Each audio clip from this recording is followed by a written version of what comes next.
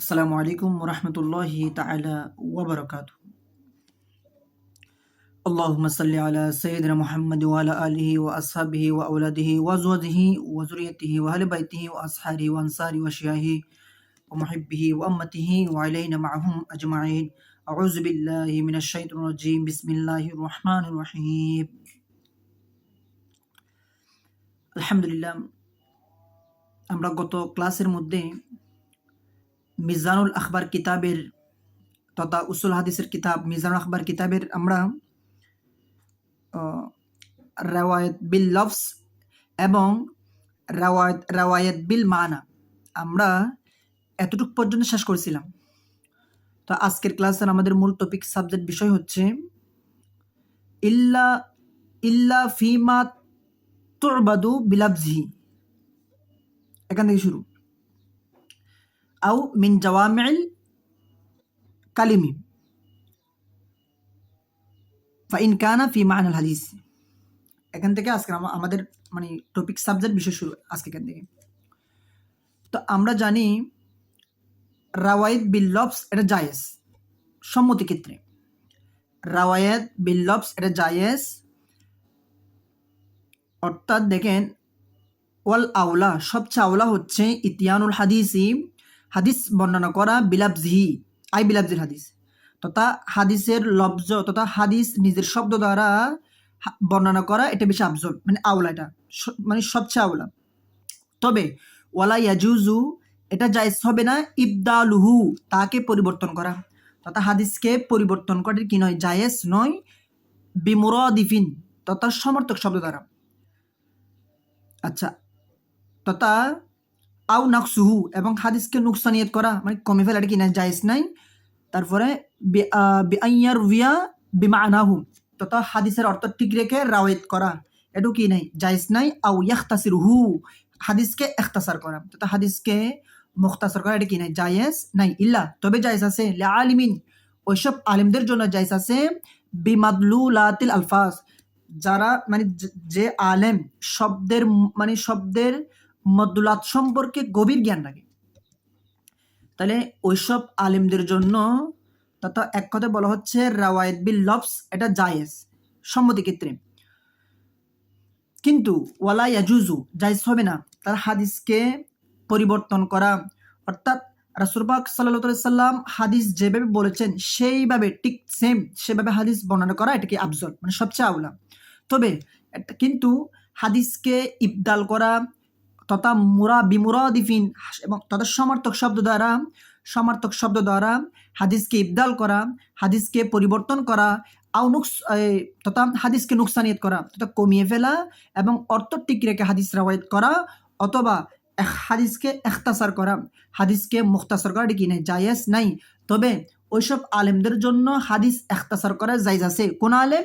যে আলেম লফজের লুগাত সম্পর্কে, লফজ এর মদুলাত সম্পর্কে গভীর জ্ঞান রাখে, তথা ইলমে বালাগাত, ইলমে ফাসাহাত, ইলমুস সরফি ওয়ান নাহভি, নাহু সরফের ইলম, বালাগাত, মুবতাদাহাল তথা একটা শব্দে একটা লফজের আরো অধিক মানা থাকে। ওই আলেমের জন্য জায়েজ আছে। কোন আলেম? যে আলেম লফজ তথা লুগাত সম্পর্কে অধিক জ্ঞান রাখে, ভাষাগত দিক থেকে, অ্যারাবিক গ্রামার, কাওয়ায়েদ সম্পর্কে, নাহু সরফ, ফাসাহাত, বালাগাত, হ্যাঁ, এগুলো সম্পর্কে যে আলেম জ্ঞান রাখে ওই সমস্ত আলেমদের জন্য কি আছে, জায়েজ আছে। ইল্লা তবে জায়েজ নাই। দেখেন আবার আমাদের মূল আজকের বিষয় পড়া হচ্ছে এখান থেকে, ইল্লা তবে জায়েজ নেই,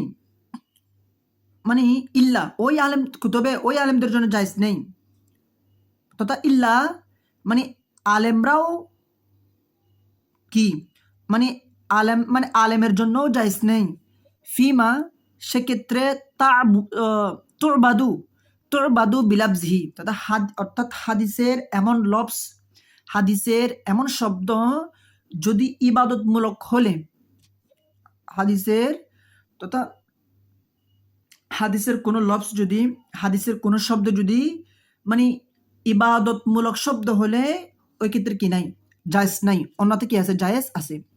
হাদিসের ইবারত দেখেন কিতাবের মুসান্নিফ রহমতুল্লাহি আলাইহি, দেখেন কিতাবের মুসান্নিফ রহমতুল্লাহি আলাইহি আহ, প্রথমে বলা হচ্ছে যারা লফজ সম্পর্কে, লুগাত সম্পর্কে গভীর জ্ঞান রাখে ওই সমস্ত আলেমদের জন্য জায়েজ ইল্লা, এবং আলেমের জন্য জায়েজ নেই ফিমা সেক্ষেত্রে তুবাদু বিলাফজিহি, অর্থাৎ হাদিসের লফজ যদি তুবাদু মানে ইবাদতমূলক হলে, হাদিসের লফজ যদি ইবাদতমূলক হয় তাহলে সেক্ষেত্রে কি নাই, জায়েজ নাই।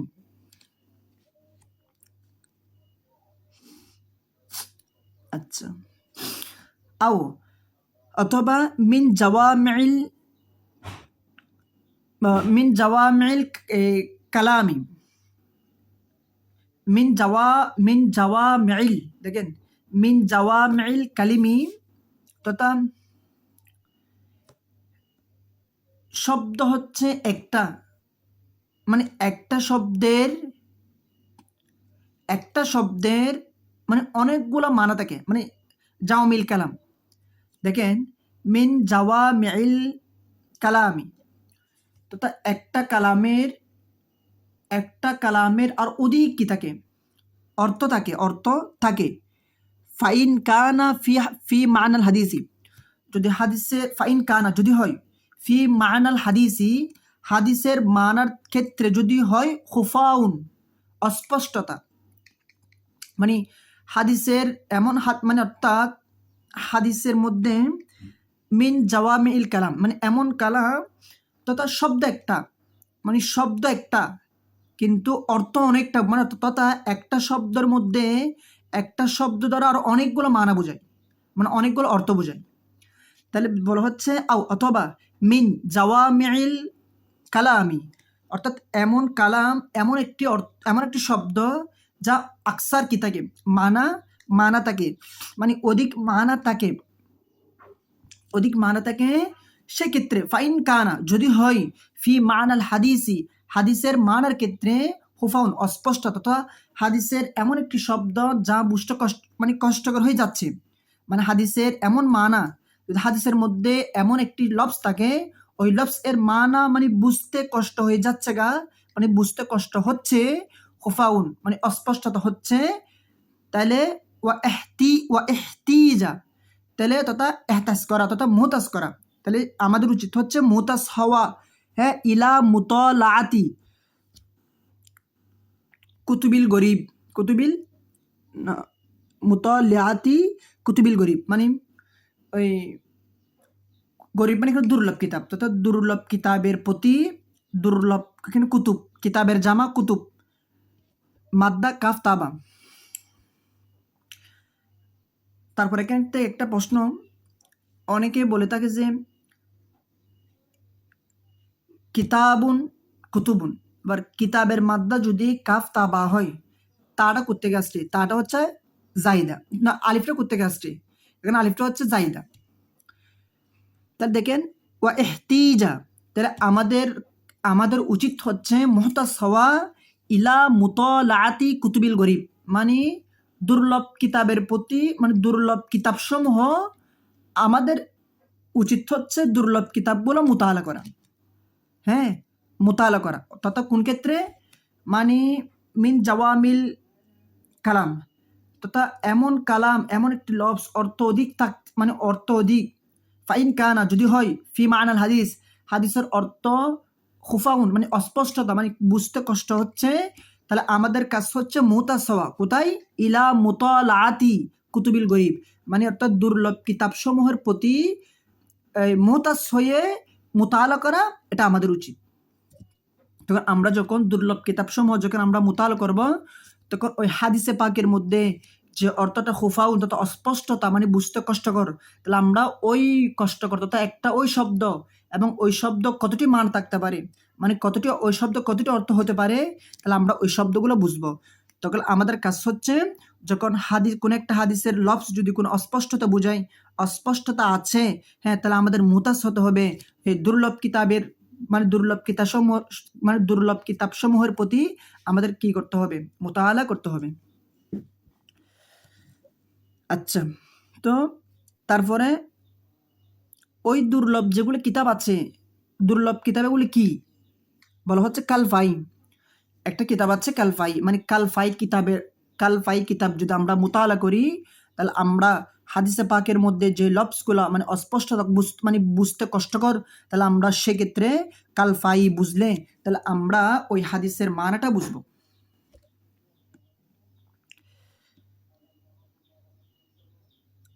কালফাই, এই কালফাই কিতাবগুলা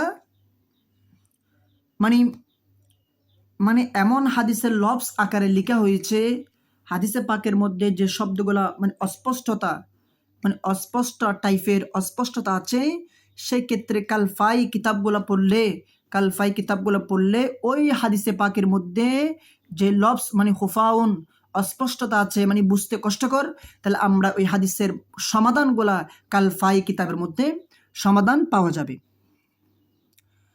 তারপর আরেকটা কিতাব নেহায়া, বড় মশহুর কিতাব। তাহলে আমরা যদি নেহায়া কিতাব ধরি, নেহায়া কিতাব মুতালা করি, তাহলে আমরা হাদিসে পাকের মধ্যে যে লফজগুলো অস্পষ্টতা আছে তাহলে আমরা সেগুলো বুঝবো।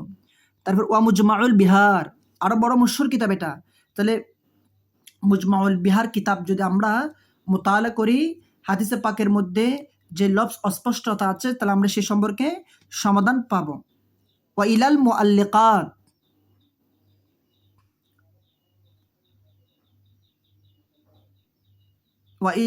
ইলাল মুআল্লিফাত, হ্যাঁ মানে সংকলন, ফিল মুশকিলি মানে অর্থাৎ এই মানে সংকলন ক্ষেত্রে যেগুলো মুশকিলাত আছে মানে সমস্যা আছে তাহলে আমরা ওগুলো কি পাবো, সমাধান পেয়ে যাব কাকুতুবি তহাবি আই ইমাম তহাবি রহমতুল্লাহি আলাই।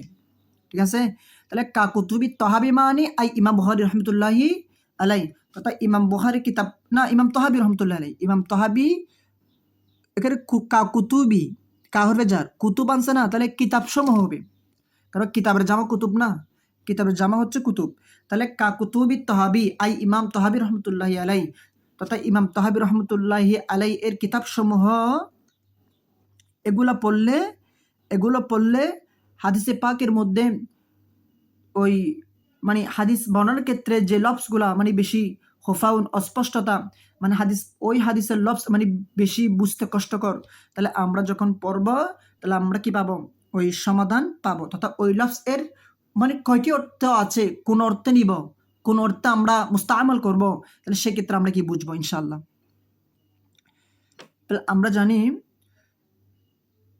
রাওয়ায়েত বিল লফজ এটা জায়েজ সম্মতি ক্ষেত্রে, তবে হাদিসকে ইবদাল করা এবং পরিবর্তন করা মানে এমন বিমুরাদিফিন এমন সমর্থক শব্দ দ্বারা হাদিসকে ইবদাল করবে এবং হাদিসকে নুকসানিয়ত করবে এবং অর্থ ঠিক রেখে রাওয়ায়াত করবে, ইখতাসরুহু এবং হাদিসকে মুখতাসার করবে, এগুলি কিনা জায়েজ নাই। তবে ওইসব আলেমদের জন্য জায়েজ আছে যারা লুগাত সম্পর্কে অধিক জ্ঞান রাখে, ভাষাগতের দিক থেকে, হ্যাঁ আরবি গ্রামার কাওয়াইদ সম্পর্কে যারা গভীর, ইলমে ফাসাহাত ইলমে বালাগাত সম্পর্কে যারা জ্ঞান রাখে, ওনাদের জন্য জায়েজ আছে। তবে ইল্লা আলেমদের জন্য জায়েজ নেই, ফিমা সেক্ষেত্রে তুবাদু বিলাফজিহি, হাদিসে পাকের যে শব্দগুলা হাদিসে পাকের যে লফজগুলা মানে ইবাদতমূলক, যেমন সুবহানাল্লাহ আলহামদুলিল্লাহ, হ্যাঁ হাদিসে পাকের মধ্যে এমন লফজ মানে ইবাদতমূলক ক্ষেত্রে তথা আল্লাহর ক্ষেত্রে ইবাদতমূলক হলে ওই শব্দগুলা ইখতাসার করা, নুকসানিয়ত করা, ইবদাল করা বিমুরাদিফিন অর্থাৎ এমন শব্দ দ্বারা মুস্তামালের কি নাই, জায়েজ নাই। তো এই তারপরে মিন জাওয়ামিল কালামি তথা ওই হাদিসের এমন এক শব্দ জাওয়ামিল কালাম, এমন একটি কালাম থাকবে মানা আকসার থাকবে, অধিক থাকবে, ফাইন কানা যদি হয় ফি মানাল হাদিসের অর্থের ক্ষেত্রে খুফাউন যদি অস্পষ্ট দেখা দেয়, অস্পষ্ট হয়, তাহলে আমাদের কাজ হচ্ছে মুতাসাওয়া কোথায় ইলা মুতালাআতি কুতুবিল গরিব, এমন দুর্লভ কিতাবের প্রতি আমাদের মুহতাজ হতে হবে, মানে মুতালা করতে হবে।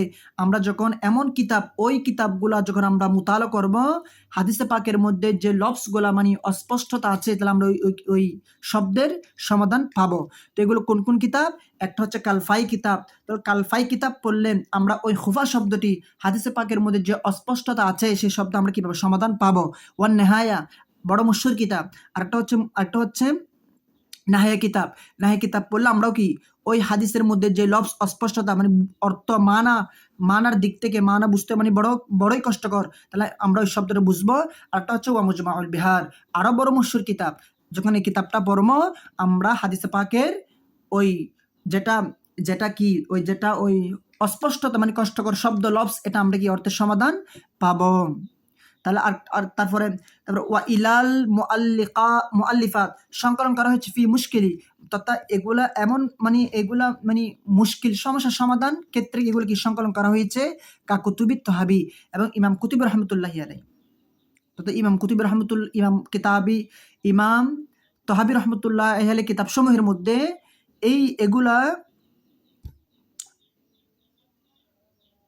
মানে এই দুর্লভ মানে হাদিসে পাকের মধ্যে যে অস্পষ্ট শব্দ আছে এগুলোর সমাধান কি দেওয়া আছে।